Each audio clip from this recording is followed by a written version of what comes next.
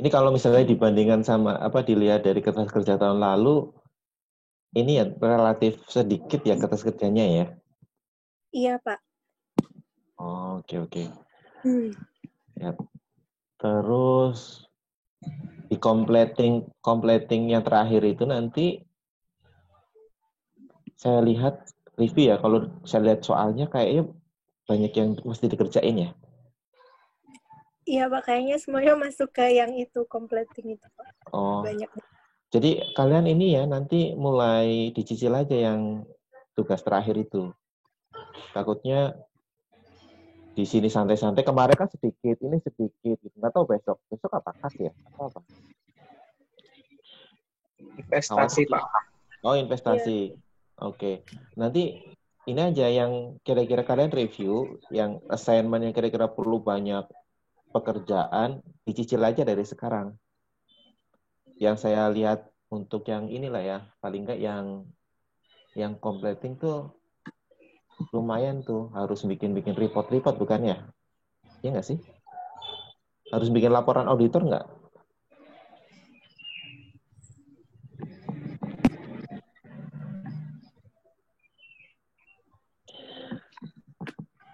Oke, oke. Eh, kembali lagi ke laptop. Silakan diskusi aja yang cash ini, cash berapa ini? Cash modal, capital stock. Ayo teman-teman silakan yang mau nanya boleh sebutkan nomor absen sama namanya.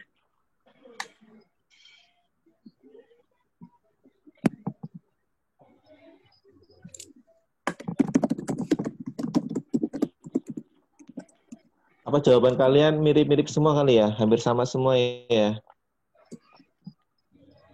Mungkin soalnya cuma sedikit itu Pak, jadi Karena jainnya hampir sama-sama gitu Pak semuanya. Iya, Pak. ini kalau kelompok tiga ya. Kelompok tiga itu kan ngeceknya kemana nih? Ngecek ke minutes-nya gitu ya kali ya. Ya. Ada perubahan saham atau enggak, capital stock sama PIC-nya kan gitu ya. Ternyata enggak ada. Benar ya kelompok tiga ya? Iya Pak. Terus kemudian itu aja. Kalau yang capital stock itu aja ya. Iya sih Pak. Soalnya di lead schedule-nya pun nggak ada perubahan apa-apa tentang capital stock sama return-nya. Jadi mungkin teman-teman juga ngerjainnya sama. Gitu. Bentar.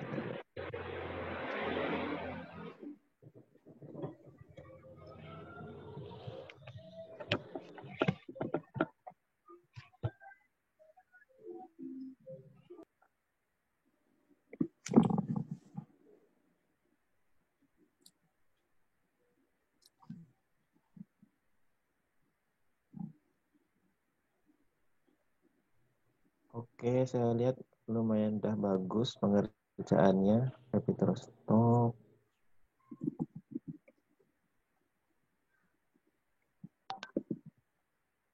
Kalau rincian dari capital stock apa aja sih? Nggak, di situ nggak dirinci ya? Di case-nya ya? Uh, Mungkin Pak Is bisa bantu jawab untuk yang capital stock. Rinciannya itu hanya capital stock sama other contributed capital, Pak. Kalau nggak salah itu other contributed itu share premiumnya. Other contributor itu share premium. Iya. Oh iya. Tapi di selama apa nggak ditemukan data tentang other contributed capital itu. Adanya yang data mengenai capital stock Tentang aja ya? capital stock aja. Oke. Terus kemudian setelah itu masuk ke retain earning. Iya Pak. Oke, di retain earning itu yang ada datanya yang tersedia, yang sudah benar-benar dipastikan ada ya dividen kali ya. Dividen ya. Iya Pak. Dividen. Kalau net effect dari net income itu karena belum selesai ya. Ini Harusnya ini taruhnya di belakang-belakangan nih, assignment ini. Iya nggak sih? Iya Pak. Iya, Pak. Saya itu aja sih Pak. Iya, soalnya saya lihat di sini tuh kalau kerjaan kalian gimana ntar?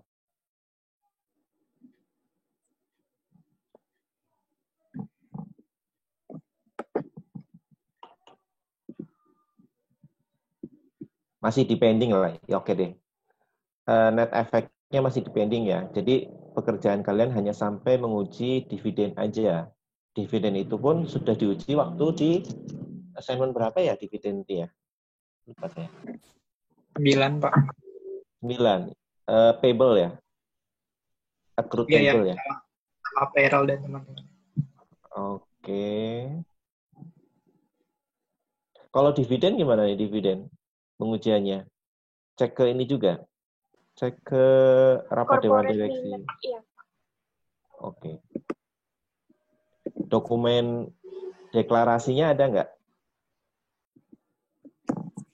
Kalau dari permanent files tidak ada, Pak. Cuma corporate minutes-nya aja.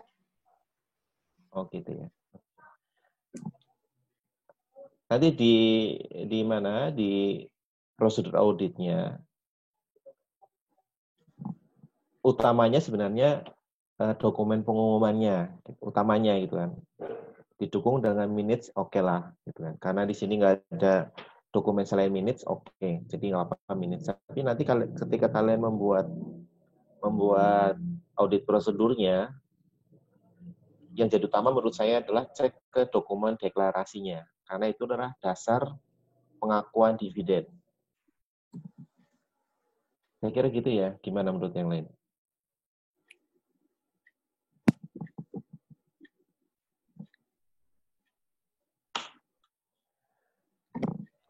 Pak, saya mau tanya. Emang ya, silakan. dokumen deklarasi sama corporate minutes beda ya, Pak? Kalau corporate minutes kan ini ya, risalah kan. Dewan direksi rapat, terus kemudian ada risalahnya, ada risalah rapatnya. Notulennya maksud saya. Itu kan minutes kan notulen. Nah, mungkin seharusnya ada dokumen khusus yang menunjukkan bahwa pengumuman dividennya itu seperti apa, besarnya seperti apa. Harusnya ada dokumen khusus. Karena nggak mungkin perusahaan itu mengumumkan dividen hanya melalui risalah rapat, sudah selesai, tanpa ada dokumen yang lain. Sama aja dengan seperti ini. Ketika di risalah rapat, perusahaan atau dewan direksi memutuskan akan meminjam utang, misalnya dalam jumlah besar. Biasanya kalau dalam jumlah besar mungkin levelnya level direksi kan. Diputuskan, oke deh kita akan meminjam utang. Nah, ketika kita akan menguji utang itu, apakah kita hanya berhenti di risalah rapat atau enggak kira-kira menurut kalian?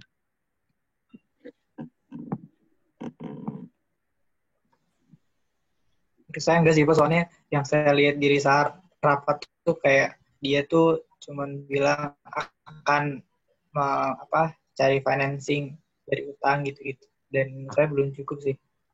Belum cukup kan ya? Ya sama aja dengan, artinya kan mungkin cukup ketika auditor itu melakukan konfirmasi, kan gitu kan. Cek ke dokumen perjanjian utangnya.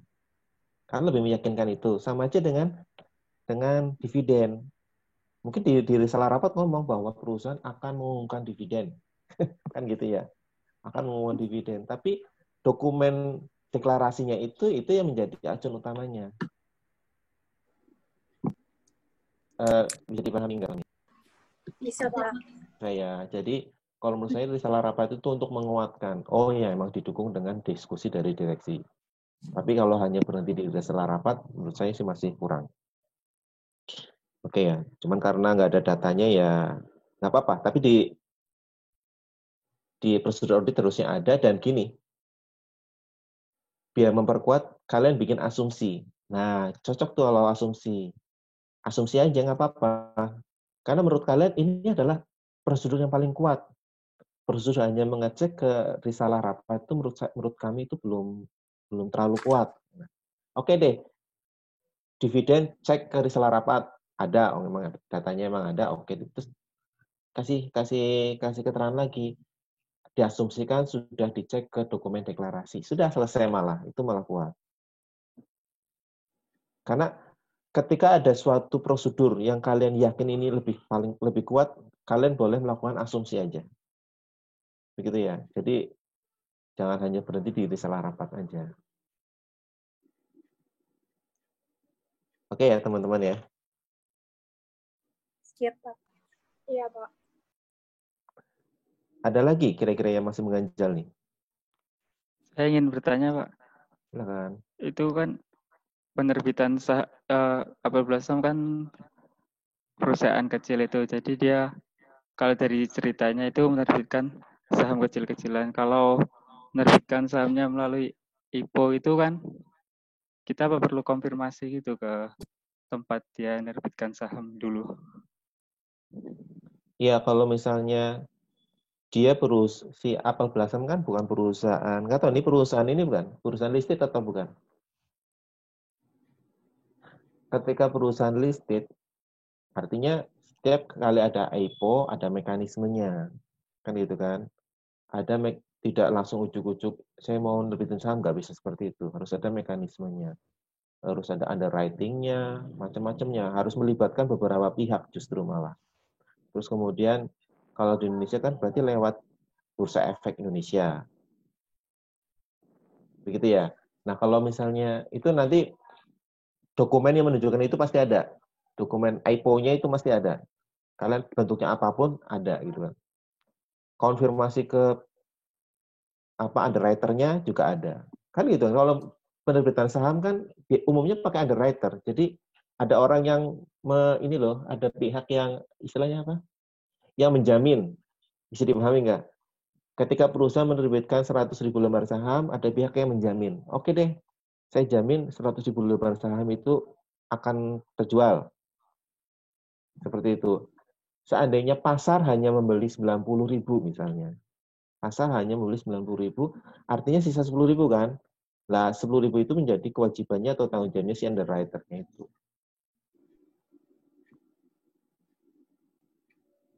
Begitu.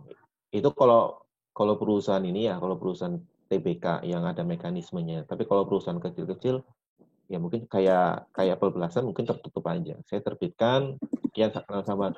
Paling yang beli nggak jauh-jauh beda kan, karena ini bukan perusahaan terbuka, yang beli paling bisa jadi keluarganya, keluarga si pemiliknya, atau mungkin karyawannya, atau mungkin direksi-direksinya, paling itu terbatasnya. Karena ini bukan perusahaan terbuka. Ya, tapi dokumen itu harusnya tetap ada. Dokumen menunjukkan yang diterbitkan sekian itu harusnya tetap ada. Nggak bisa perusahaan itu diterbitkan tanpa ada suatu dokumen yang mendasari. Ya, enggak bisa seperti itu. Atau bentuknya sertifikatnya atau apapun harusnya tetap ada.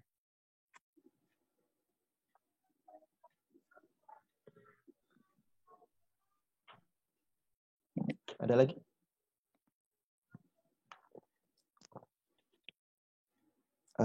Apa lagi ya? Capital stock.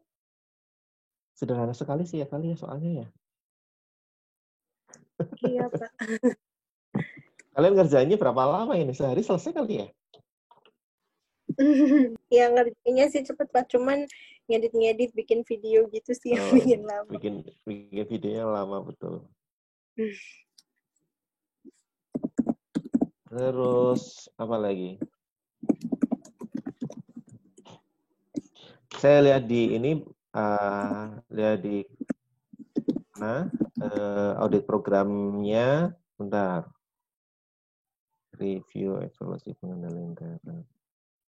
Kalau review dan evaluasi pengendalian intern mungkin nggak usah masukin ke sini kali ya. Karena ini masuk ke test of control aja.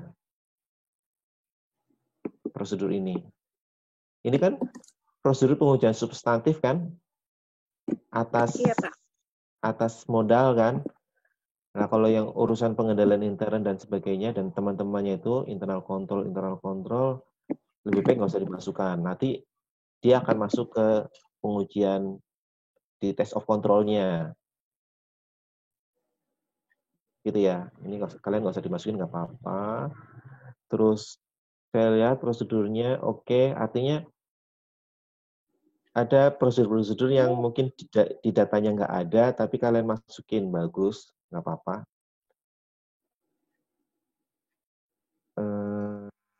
Apa lagi ya?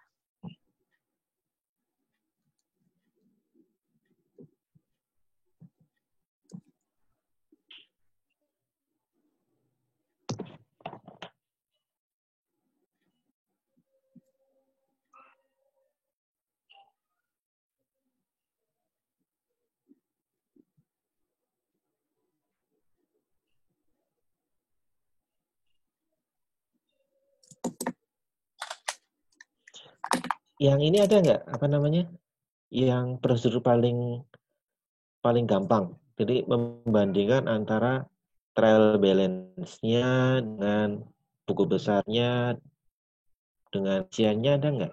Kelihatan nggak?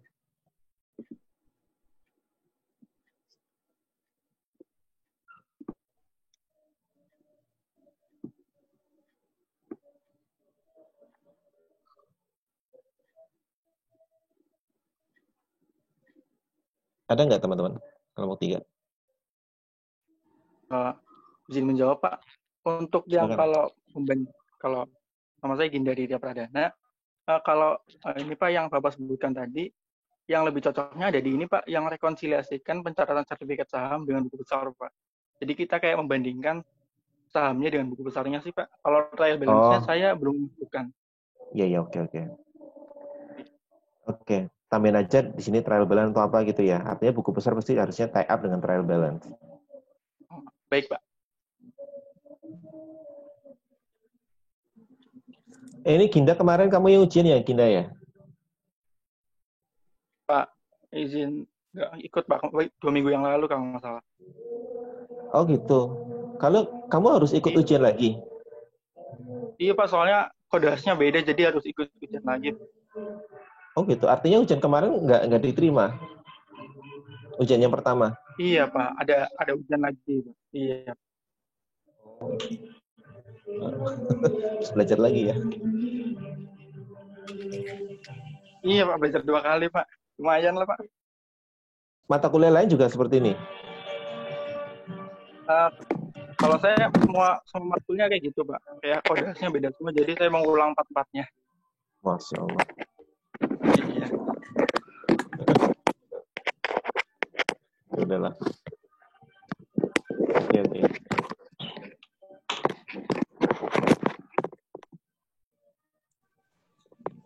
Izin bertanya, Pak. Silakan. Izin bertanya terkait dividen, Pak.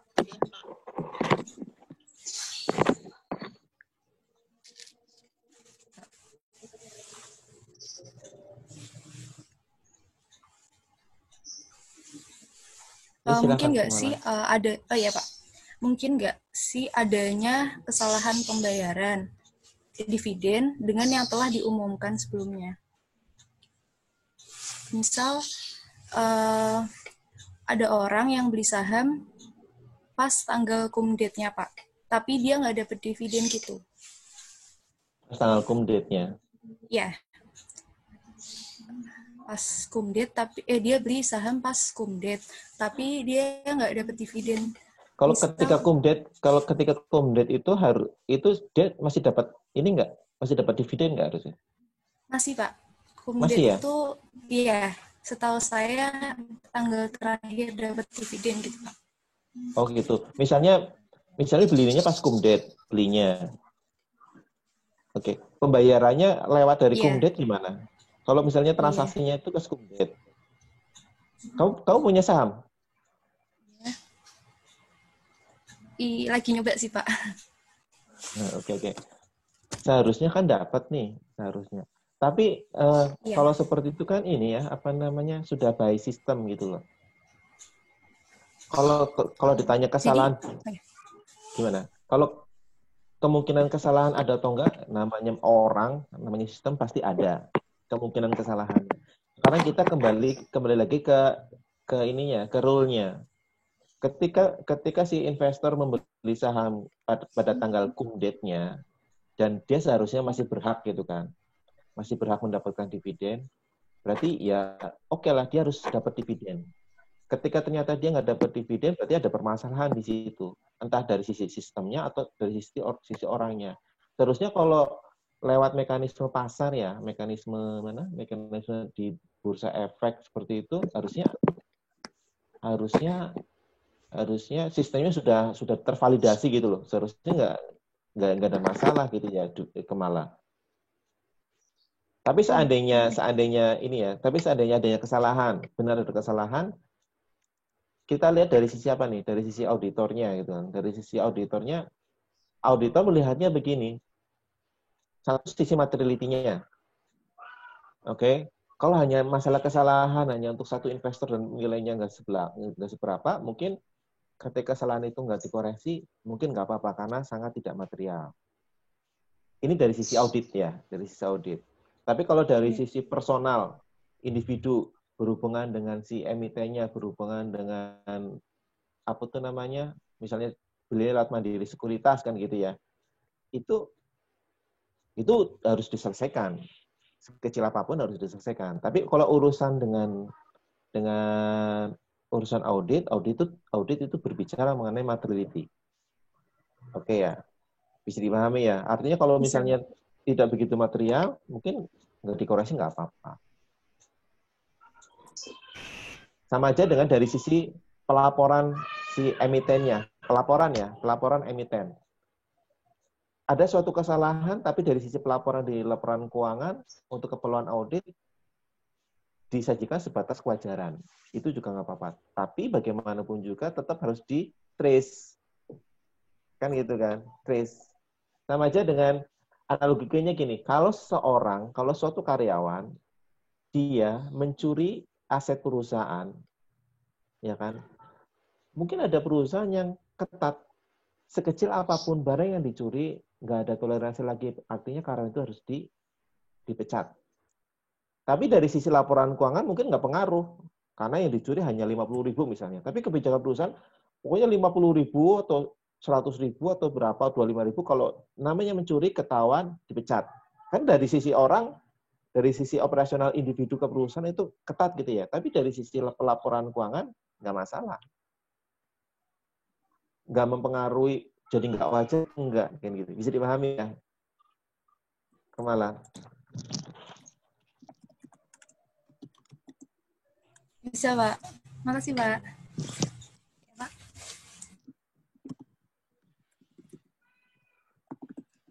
Oke. Ada lagi? Halo kelompok 3. Sedikit nambahin aja.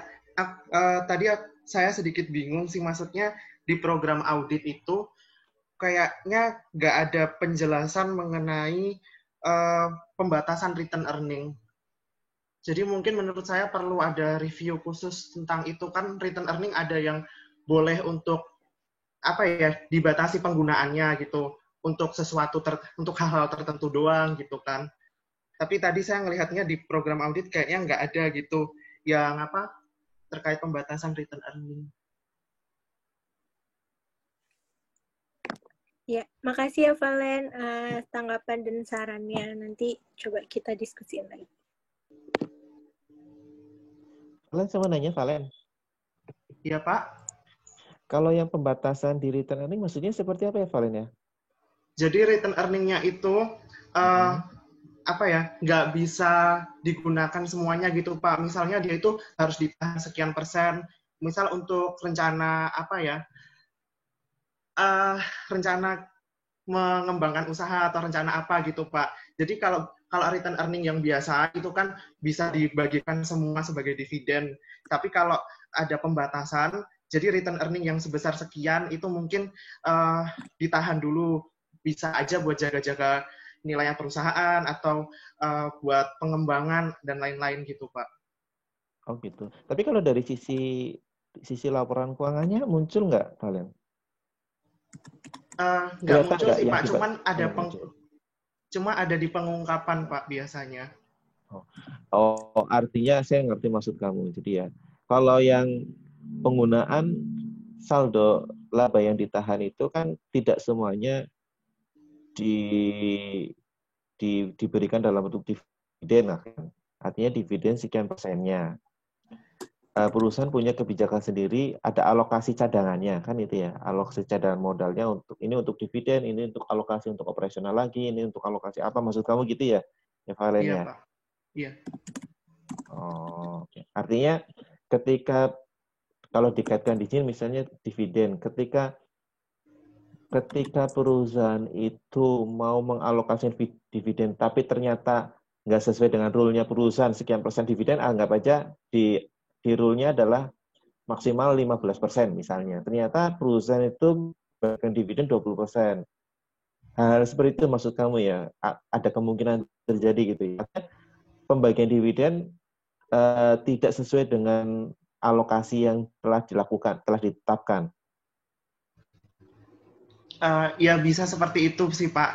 Cuman fokusnya kayak return earning tuh harusnya ada pengungkapan khususnya gitu Pak. Kayak yang sekian tuh dibatasi untuk apa gitu sih. Oke. Di PSAK ada nggak, Valen? Kalau itu saya harus baca lagi Pak. Oke, ya silakan kelompok 3 di komentari. Baik Pak, sebentar ya Pak, kami diskusi dulu sebentar.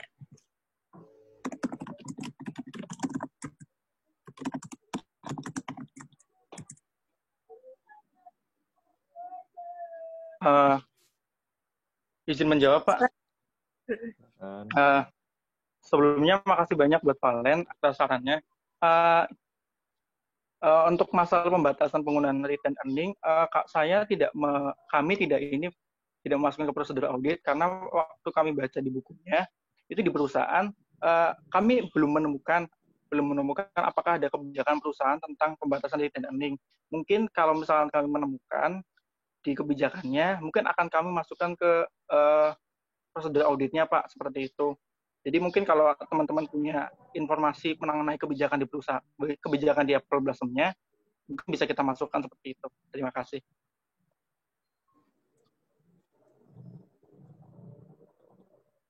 Seperti itu Pak tanggapannya. Gimana Valen? Makasih ya Valen, tapi ininya tanggapannya. Iya, diterima. Mungkin kalau teman yang lain punya informasi tentang kebijakannya, boleh sih disampaikan juga di sini. Mungkin kita ada miss atau gimana gitu, biar kita diskusi aja.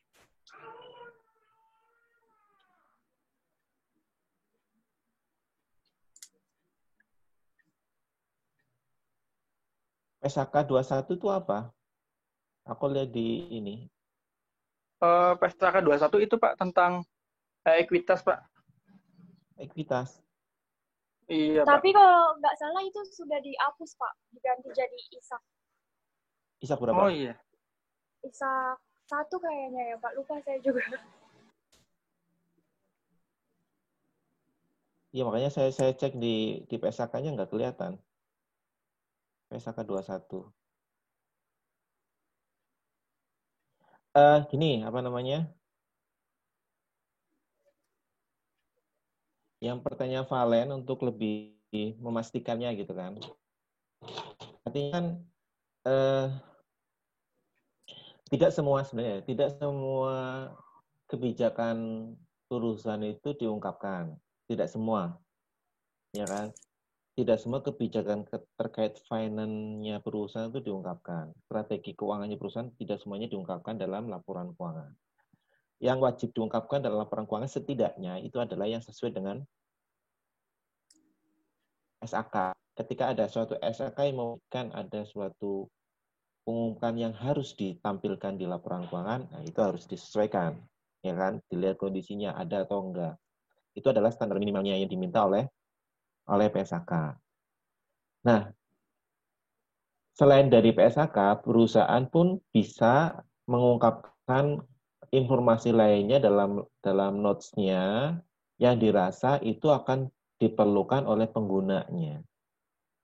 Diperlukan oleh pengguna atau pembaca laporan keuangan. Nah, nanti yang tadi dikatakan Valen itu yang mengenai alokasi penggunaan return earning, nanti kalian cek lagi aja deh di standarnya, ada atau tidak. Kalau memang ada, berarti memang harus diungkapkan. Ya, kalau memang ada, harus diungkapkan. Kalau ternyata perusahaan nggak ada, ya si auditor harus mengusulkan untuk dilakukan atau dilakukan pembuatan catatan atas terkait itu. Jadi propose adjustment itu tidak hanya terkait dengan angka-angka saja. Ya, propose adjustment itu tidak terkait dengan angka-angka saja. Ketika ada notes yang seharusnya diungkapkan tapi perusahaan belum mengungkapkan, itu pun bisa dipropose oleh si siapa? Si auditor. Cuma dalam kasus ini, kasus apa nih? Kasus Apple Blossom, itu kan yang disajikan hanya angka-angka saja kan. Kita nggak disajikan lengkap. Laporan keuangannya pun nggak disajikan. Ada nggak disajikan laporan keuangannya? Disajikan nggak laporan keuangan 2003 unaudited? Ada nggak? Ada, Pak. Ada ya, laporan keuangan loh ya? Ada, Pak. Yang... Oke, kalau seandainya ada, bagus. Tapi notes-nya ada atau enggak? Notes-nya? Sejauh yang saya baca nggak ada, Pak. Nah.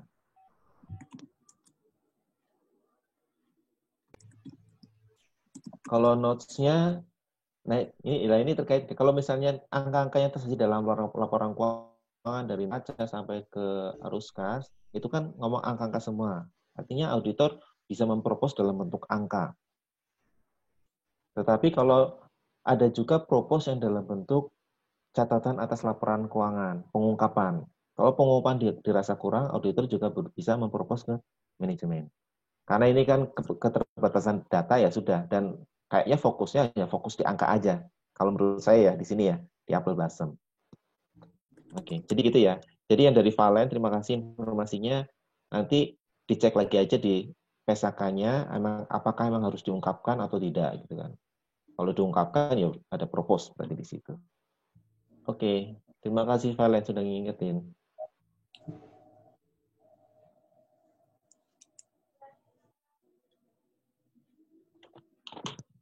Silakan yang lain.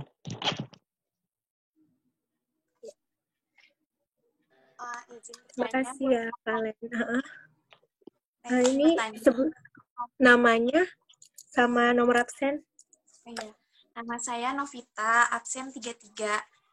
Izin bertanya, aku mau nanya yang ini, yang di ICQ kan ada bacaan bahwa tidak ada panitera dan agen transfer. Nah, di situ juga ada catatannya bahwa transfer saham itu ditangani oleh sekretaris perusahaan. Jadi kan agen transfer itu tugasnya digantikan oleh sekretaris perusahaan kan. Nah, apakah dalam prosedur auditnya diperlukan untuk konfirmasi, untuk mengecek keakuratan nilai capital stock-nya, apakah diperlukan konfirmasi kepada sekretaris perusahaan itu. Sedangkan setelah saya baca, agen transfer itu kan tugasnya buat mencatat saham-saham pemegang saham, dan segala transfer kepemilikan itu dicatat oleh agen transfer. Jadi diperlukan nggak gitu konfirmasi saldo capital stock-nya ke sekretaris perusahaan itu. Terima kasih. Terima kasih Novita pertanyaannya. Izin diskusi dulu ya sebentar. Mungkin kalau teman-teman yang lain ada pertanyaan, silakan disampaikan dulu sambil kita diskusi di grup. Silakan teman-teman, mungkin ada yang... Teman-teman penyaji, saya Rino, absen 25. Perusahaan kan mungkin bayar beban pakai saham. Mereka juga punya insentif untuk tidak mencatat ini biar bebannya kecil, terus nggak catat saham baru biar EPS mereka nggak turun. Kalau menurut teman-teman, gimana prosedur audit untuk melacak kecurangan seperti ini? Terima kasih. Terima kasih Reno. Ditunggu sebentar juga ya, diskusi dulu. Ada lagi teman-teman? Mungkin sampai 3 pertanyaan dulu ya, baru nanti kita jawab satu-satu.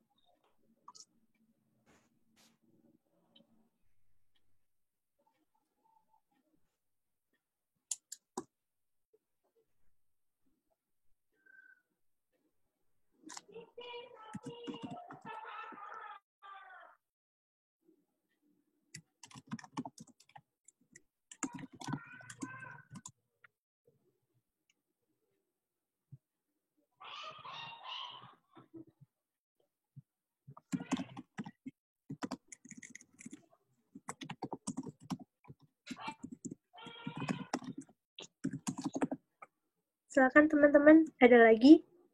Sambil kita diskusi bentar ya. Mohon izin diskusi ya Pak, sebentar. Silakan.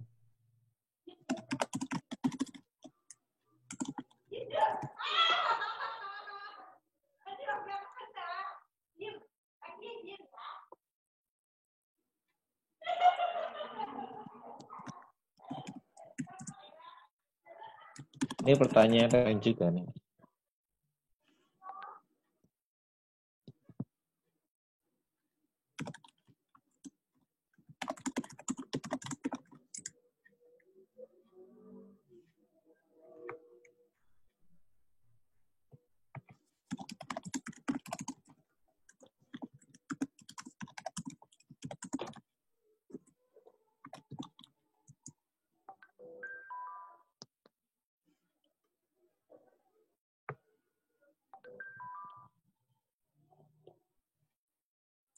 Ada pertanyaan lain, teman-teman?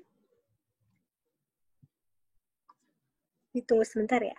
Jawaban buat Novita sama Reno.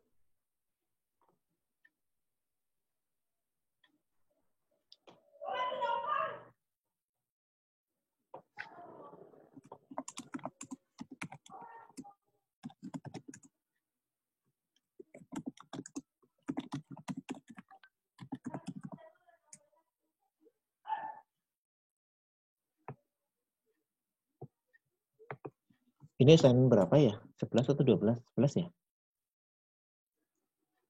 11, assignment 11, Pak. Oke. Makasih.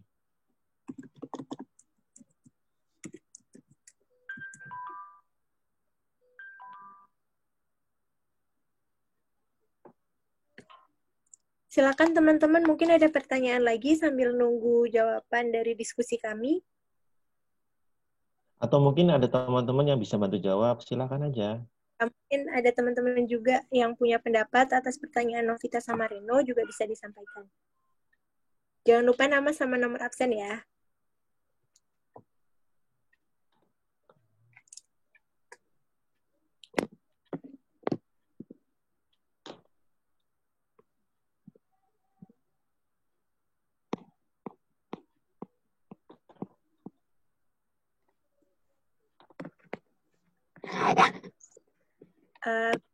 Teman-teman izin menjawab dari pertanyaan dari Novita. Silakan India.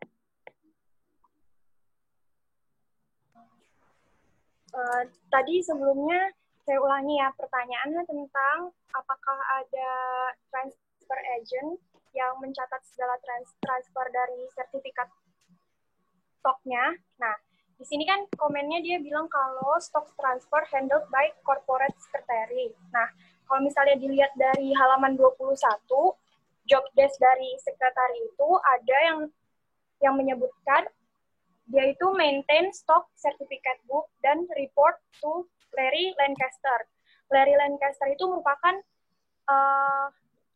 presidennya. Nah, nanti dia bakal report ke BOD-nya. Jadi menurut kami mungkin yang sudah di maintain stock certificate book-nya itu sudah ada dan sudah tertera pada setiap pengungkapan yang sudah dilakukan sama Apple Blossom dan sudah juga ada di working paper current years-nya.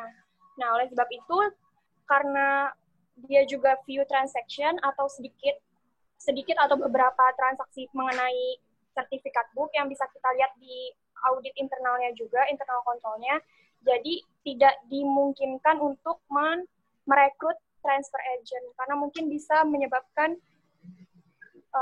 banyak pengeluaran, mungkin seperti itu. Jawabannya. Jadi nggak perlu nggak perlu konfirmasi langsung ya ke itunya, sekretaris perusahaannya terkait saldonya.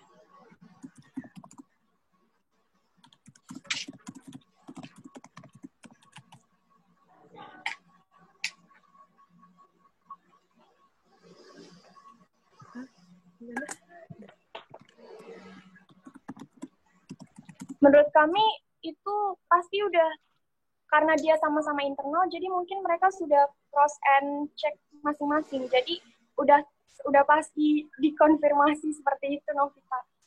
Mungkin ada saran lain, jawaban lain? Silakan teman-teman kalau mau bantu jawab. Itu tadi diskusi dari kelompok kami sih. Mungkin ada tanggapan lain? Maksudnya Novita itu mengirim surat konfirmasi gitu ya Novita? Atau gimana? Konfirmasi itu seperti konfirmasi ke supplier atau ke debitur atau gimana? Maksudnya? Ada semacam surat keluar atau gimana? Kalau konfirmasi bisa lewat ini nggak Pak, wawancara gitu Pak? Atau harus walaupun masih dalam lingkup internal, apa harus membuat surat gitu? Saya juga masih bingung sih Pak. Kalau istilah konfirmasi dalam audit itu maksudnya adalah konfirmasi ke pihak eksternal.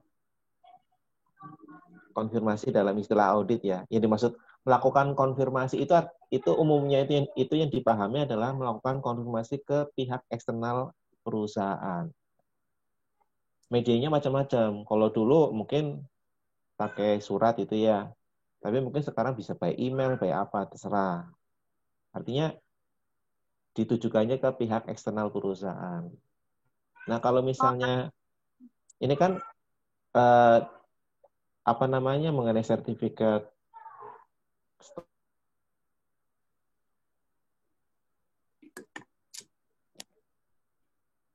gimana Novita? Berarti mungkin vouching aja kali ya Pak dengan dokumen yang itu kan artinya masih gimana? Putus-putus suaranya. Berarti vouching aja gitu ya Pak dengan dokumen yang dimiliki oleh sekretaris korporasi tadi. Iya, nggak perlu. Mungkin. Oh iya Pak.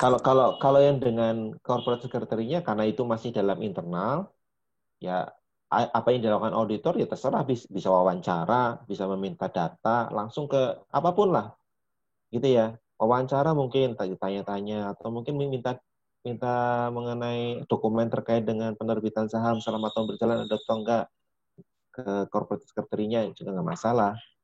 Tapi sifatnya kalau artinya mengkonfirmasi itu sebagai wawancara, it's okay lah kata-kata itu ya. Tapi yang dimaksud konfirmasi secara umum harus melakukan konfirmasi itu bayangan orang itu melakukan konfirmasi ke pihak eksternal perusahaan. Dipahami ya?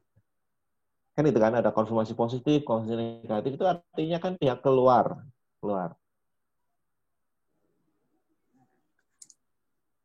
Yang pastinya harusnya tetap auditor melakukan mungkin interview ke sekretarisnya bisa, atau mungkin meminta data dokumen terkait dengan penerbitan saham selama ini juga bisa, kan gitu kan, ke corporate secretary-nya. Iya Pak, makasih Pak. Oke. Terima kasih Novita atas pertanyaannya. Terima kasih juga Pak Johan udah nambahin. Ada tanggapan lagi terkait jawaban Novita? Kalau nggak ada, kita lanjut ke pertanyaannya Reno. Silakan Tobi jawabnya. Izin Pak, saya Tobias untuk menjawab pertanyaan Reno.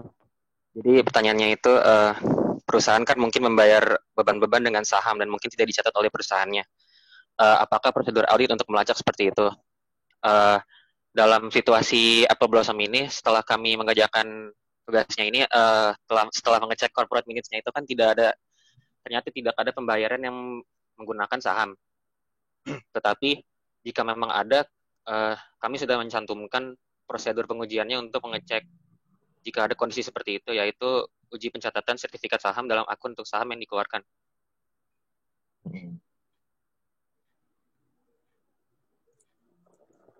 Jadi maksudnya di prosedur audit kami sudah ada sih Pak sebenarnya, meskipun nggak secara rinci banget karena emang nggak ada.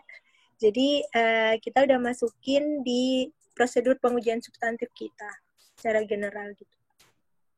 Iya. Reno juga. Gimana Reno? Ada tanggapan lain Reno? Mungkin masih belum puas sama jawabannya? Udah puas setelah diajak makan-makan.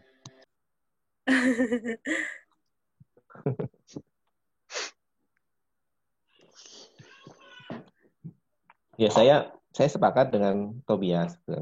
Pertanyaan Reno juga bagus. Jadi dia berusaha untuk mengidentifikasi ada risiko-risiko yang terkait dengan stok gitu kan. Jadi itu kan apa istilahnya dalam pembelajaran itu kompensasi dengan stok ya. Artinya bisa dibayar dengan stok itu kan. Bonus bisa dibayar dengan stok, gaji bisa dibayar dengan stok. Artinya pembayarannya nggak mesti dengan cash kan itu kan. Risikonya macam-macam lah. Risikonya kan kalau ketika pembayaran dengan stok, artinya nanti kata Reno, gimana? EPS-nya jadi turun atau gimana, Reno? Iya, Pak, EPS-nya jadi turun karena nggak catat saham baru. Oh iya. Kalau misalnya kecatat, EPS-nya turun ya. Kecatat loh ya, kecatat. Iya, Pak. Kalau nggak kecatat nggak turun gitu ya. Iya, jadi apapun bentuk penerbitan saham, baik melalui dividen stok. Bisa kan dividen stok, kalian pernah belajar kan? Atau mungkin penerbitan stok yang benar-benar penerbitan stok, atau mungkin pembayaran by stock. Ya kan, pembayaran gaji atau apa, pembayaran ke pihak luar dengan stok, kan bisa juga kan? Itu kemungkinan itu bisa terjadi. Tapi kemungkinan itu bisa diantisipasi dengan mengecek ke bagian yang ngurusin stok itu ada nggak selama tahun berjalan itu diterbitkan stok. Cek juga ke sertifikatnya ada atau enggak. Ternyata nggak ada, berarti selama tahun berjalan emang tidak ada penerbitan stok baik melalui dividen, baik melalui pembayaran kompensasi, atau mungkin baik dari murni penerbitan saham. Kan gitu kan. Jadi pengujian yang dilakukan auditor itu sudah meliputi atau sudah mencakup risiko yang tadi disebutkan oleh si Reno. Gimana teman-teman?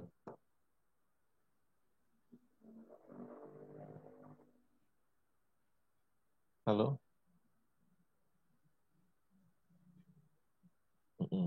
Plus mungkin supaya lebih mantap lagi ya, auditor juga boleh mengalokkan pengujian atau tanya ke manajemen, ada nggak kebijakan dari manajemen yang menerbitkan saham tapi tidak hanya melalui penerbitan secara normal, melalui penerbitan secara dividen atau melalui penerbitan melalui kompensasi yang tadi saya sebutkan, pembayaran gaji lewat saham, gitu kan? Pembayaran ke pihak luar bisa lewat saham kan, mungkin bisa kan, mungkin terjadi juga kan. Lah kebijakan itu dipastikan ada atau tidak. Nah, itu mungkin bisa ditambahkan ke prosedur juga nggak masalah. Artinya untuk memastikan aja. Jadi penerbitan saham itu tidak hanya pure dari penerbitan saham secara umum gitu loh. Ada mekanisme lain selain penerbitannya secara umum.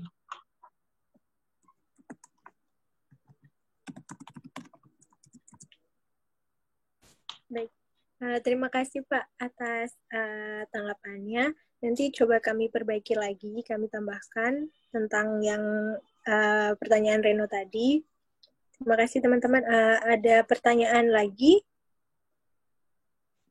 Atau masih mau menanggapi yang Reno tadi juga boleh sih. Silakan. Silakan. Ini Elsa nanya nih. Iya Pak, dibacain coba.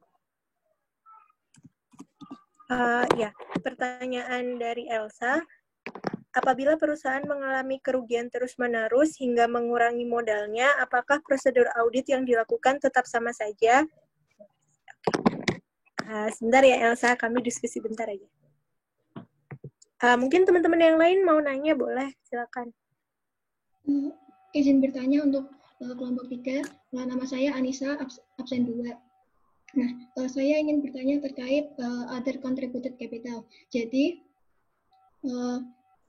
seseorang yang ingin memiliki perusahaan itu kan bisa dengan membeli saham atau dengan menyerahkan suatu barang. Nah, other contributed capital itu kan penyerahan barang. Nah, kalau misalkan kita lihat di Apple Blossom ini kan case-nya kan di tahun 2003 kan, di mana mungkin belum ada kebijakan fair value.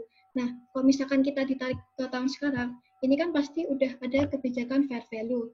Nah, saya mau tanya, kira-kira prosedur audit apa yang tepat untuk memastikan penilaian nilai wajar dari other contributed capital?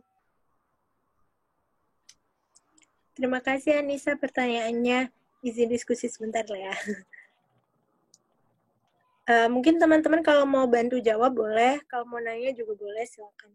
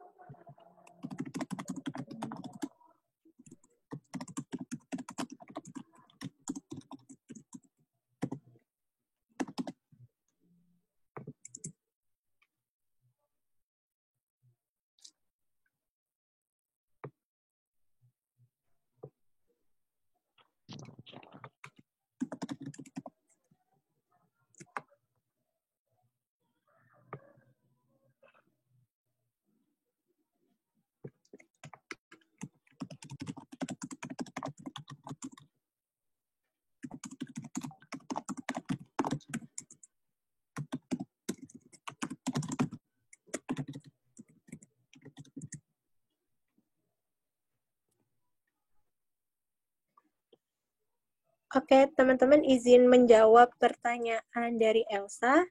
Silakan Tunjung. Izin menjawab. Pertama, pertanyaan Elsa itu tentang kalau misal perusahaan terus-menerus mengalami kerugian hingga modalnya berkurang. Apakah prosedur audit yang dilakukan tetap sama? Berdasarkan diskusi kelompok kami, secara general memang prosedur auditnya tetap sama. Karena kalau misal dia mengalami kerugian, yang terpengaruh itu kan di net income. Jadi net income-nya nanti mengurangi. Bedanya sama yang sebelumnya, kalau di K1 itu kan kita net income-nya yang 318 itu menambah dari balance tahun sebelumnya. Tapi kalau misal dia rugi, nanti net income-nya yang mengurangi. Jadi menurut kami kalau prosedur audit secara keseluruhan tetap sama, mungkin angkanya aja yang beda, nanti bisa berkurang. Gitu, Elsa. Silakan Elsa, mungkin ada tanggapan atas jawaban dari kelompok kami.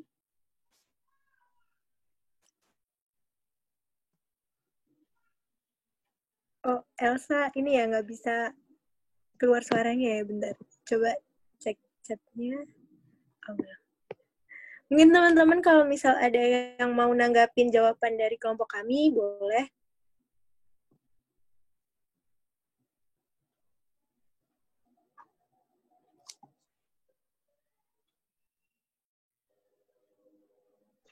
Pertanyaan dari Elsa sepertinya di awal-awal pernah saya singgung deh. Nggak tahu kelas ini yang nanya atau kelas sebelah itu aja, saya lupa. Substansinya seperti ini.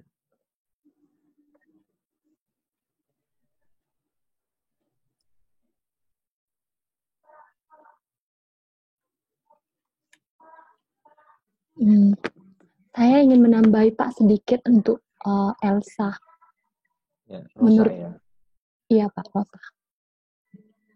Menurut saya prosedurnya mungkin secara umum sama-sama kayak Tunjung, tapi mungkin bisa ditambahin untuk menguji apakah perlu ditambahi pengujian untuk menilai kelangsungan usaha.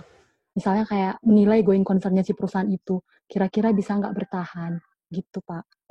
Gitu teman-teman, makasih. Terima kasih Rosa atas tanggapannya dan sarannya juga. Nanti gimana Elsa? Ada yang mau ditambahkan?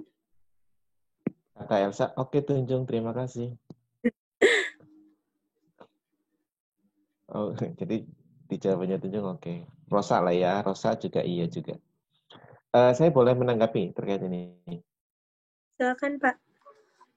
Jadi kalau berbicara mengenai angka ya, misalnya nilai return earning, otomatis kan ketika perusahaan rugi terus-terusan, return earning-nya bisa sampai negatif. Kan gitu ya. Kalau mengenai angka ya oke, nggak seperti ini pengujiannya, angka ya. Angka negatif. Tapi yang lebih dari itu secara substansinya adalah yang lebih efeknya lebih besar lagi yang dari sekedar angka adalah yang tadi yang dikatakan oleh Rosa. Ada efeknya terkait dengan going concern-nya atau enggak gitu kan. Ketika perusahaan rugi terus-menerus, otomatis kan perusahaan akan kesulitan keuangan. Ya kan? Kompetitor makin banyak lah, macam-macam harus bayar pegawai, macam-macam mungkin pemecatan, PHK dan sebagainya. Artinya dia kondisi keuangannya akan galau nih. Ya kan, akan galau. Ujung-ujungnya kalau rugi-rugi terus kan perusahaan kan ya sudah tutup aja kan gitu. Utangnya bengkak macam-macam akhirnya tutup. Nah, kalau ke arahnya menuju tutup, nah berarti going concern itu yang akan dipertanyakan. Gitu ya. Ini perusahaan tertutup. Gimana kalau dia perusahaan TBK? Artinya terkait dengan modal-modal di publik. Publik kan menanamkan modal ke dia. Belum terkait dengan perusahaan-perusahaan yang BUMN. Ada efek keuangan negaranya di situ. Jadi benar yang dikatakan Rosa, Tunjung oke.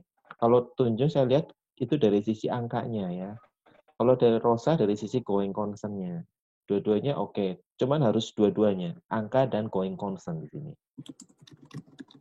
Auditor harus melihat, ini kalau rugi terus-menerus, harus melakukan review lagi nih. Ini kira-kira menurut auditor bisa tetap jalan nggak perusahaan? Jangan-jangan setahun atau 2 tahun lagi kolaps. Kan gitu kan? Jangan-jangan kolaps. Efeknya apa? Macam-macam. Kreditor juga lah, gitu kan? Ya macam-macam lah. Nah, ada prosedur khusus terkait dengan going concern. Nanti ada di assignment terakhir kalau nggak salah. Ya, ada ya. Assignment 12 kalau nggak salah itu kayaknya aku sempat baca ada prosedur mengenai going concern. Intinya di sini adalah auditor meyakini perusahaan meskipun rugi kan belum tutup ya, tapi auditor meyakini kalau rugi terus-terusan ada kemungkinan kolaps atau enggak, going concern-nya terganggu atau enggak. Begitu. Oke ya. Prosedurnya macam-macam. Prosedurnya seenggaknya ya, auditor itu harus meminta ke manajemen membuat proyeksi kehidupannya, membuat proyeksinya gitu ya. Proyeksi ini perusahaan kira-kira menurut perusahaan bisa tetap langgeng atau enggak kan gitu kan. Ada kan perusahaan tetap optimis kan saya rugi terus tapi saya positif akan bisa tetap jalan, akan tetap concern gitu kan. Diminta strateginya apa aja, make sense nggak strateginya kan gitu kan. Terus auditor juga melihat tren ke belakang. Benar nggak kerugiannya terus-terusan? Nah, sampai diambil kesimpulan auditor itu menyimpulkan ini perusahaan kira-kira bisa concern atau enggak. Tetap going concern atau enggak. Nah, nanti terkait dengan perlakuan atau terkait dengan laporan keuangannya, nah bisa bermain di auditor report. Auditor report kan ada semacam penjelasan kan. Kalau ada itu pasti masuk penjelasan. Itu kan pasti masuk penekanan suatu hal. Nanti kalian baca di PSAK 705 atau 700. Kemudian di notes pasti muncul. Informasi itu pasti muncul, harus muncul kalau going concern, nggak bisa muncul.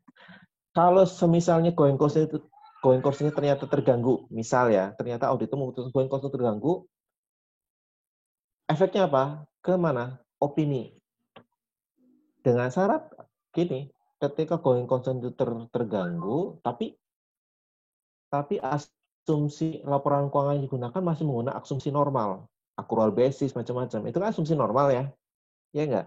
Sedangkan perusahaan sudah mau likuidasi, artinya mau kolaps, mau likuidasi. Itu harus dirubah asumsinya. Basisnya bukan basis accrual basis, tapi basis apa? Basis likuidasi. Oke. Salah satu contohnya misalnya nanti dalam laporan keuangan di COPS-nya ada keterangan lagi dalam kurung dalam proses likuidasi, dalam likuidasi. Artinya pembaca laporan keuangan tahu, oh ini perusahaan sedang bermasalah di going concern-nya. Basisnya sudah beda lagi dengan basis umum. Ketika perusahaan tetap kekeh menggunakan basis umum, berarti laporannya apa opininya? Opini tidak wajar. Gitu.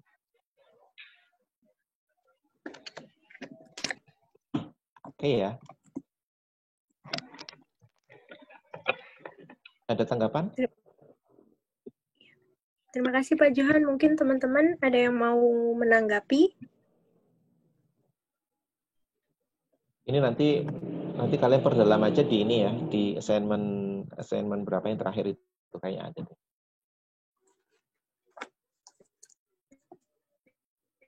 Itu pertanyaannya siapa sih? Elsa ya? Iya, yang ini tadi masih. Oh, Elsa. Kalau pertanyaannya Anissa apaan ya? Aku lupa. Pertanyaan Anissa ada di chat room, Pak.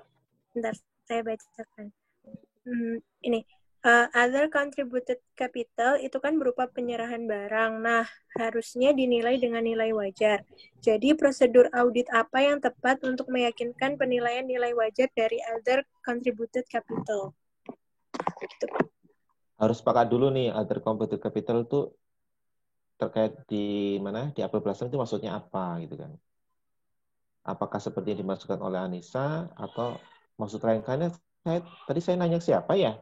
Aku lupa. Katanya dia Pak. Premium share. Iya. Kalau menurut kelompok tadi sudah disampaikan Faiz, other contributed capital itu berupa share premium Pak tadi. Nah, itu kan berarti beda nih. Iya, bukan penyerahan. Nah, itu pastikan dulu itu. Jadi akun other contributed capital itu apa dulu? Kalau sepakat apa baru kita bahas. Ini dulu nih. Sebentar, kami masih diskusi sih karena ada perbedaan pendapat tadi antara pertanyaannya dengan asumsi dari kelompok kami gitu Pak. Jadi sebentar ya Pak. Itu sih Pak, kemarin kan saya searching tentang other contributed capital kan Pak. Terus tuh saya nemunya di Google katanya other contributed capital itu biasanya itu berupa penyerahan barang gitu Pak. Kalau cash itu biasanya dalam bentuk capital stock. Tapi kalau misalkan barang itu dalam bentuk barang itu disebutnya other contributed capital. Nah, berdasarkan aturan sekarang yang saya baca di Google itu katanya dinilai dengan nilai wajar kalau aturan sekarang Pak. Tapi kalau dulu saya belum tahu Pak, mungkin belum ada penilaian nilai wajar.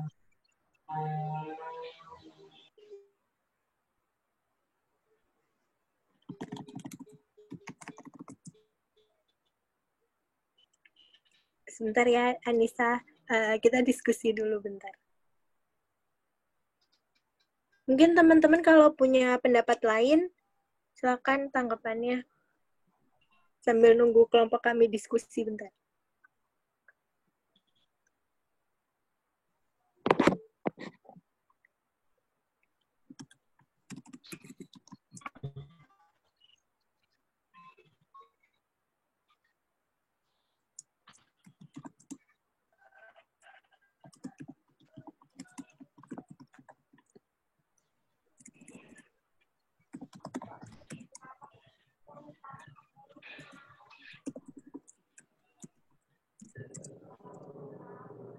Sorry, aku ada gangguan internet di sini.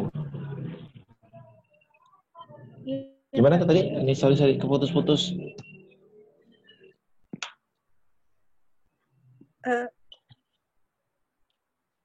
Yang mana Pak? Yang putus-putus yang Nisha? Iya, yang tadi Nisa jelasin putus-putus.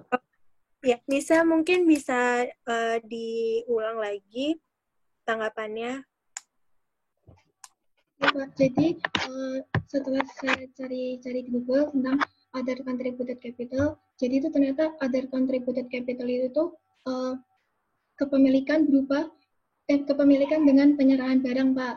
Nah, di Google juga dikasih tahu kalau barang itu tuh harus dinilai dengan nilai wajarnya untuk mencerminkan nilai kepemilikan atas perusahaan itu Pak.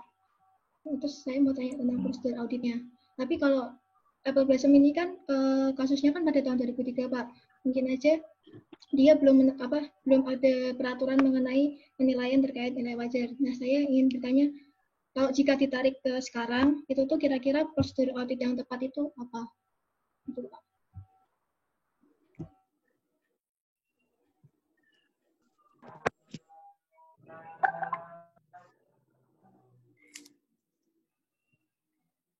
Mungkin dari teman-teman ada yang mau memberi pendapat. Soalnya di kelompok kita masih belum menemukan titik terang, jadi mungkin ada tanggapan dulu dari teman-teman.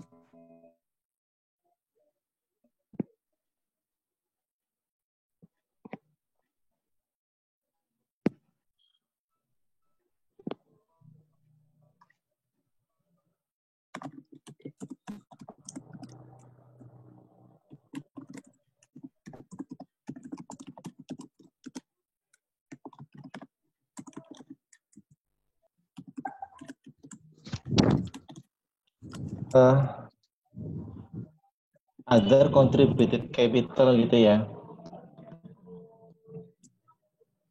Iya, Pak.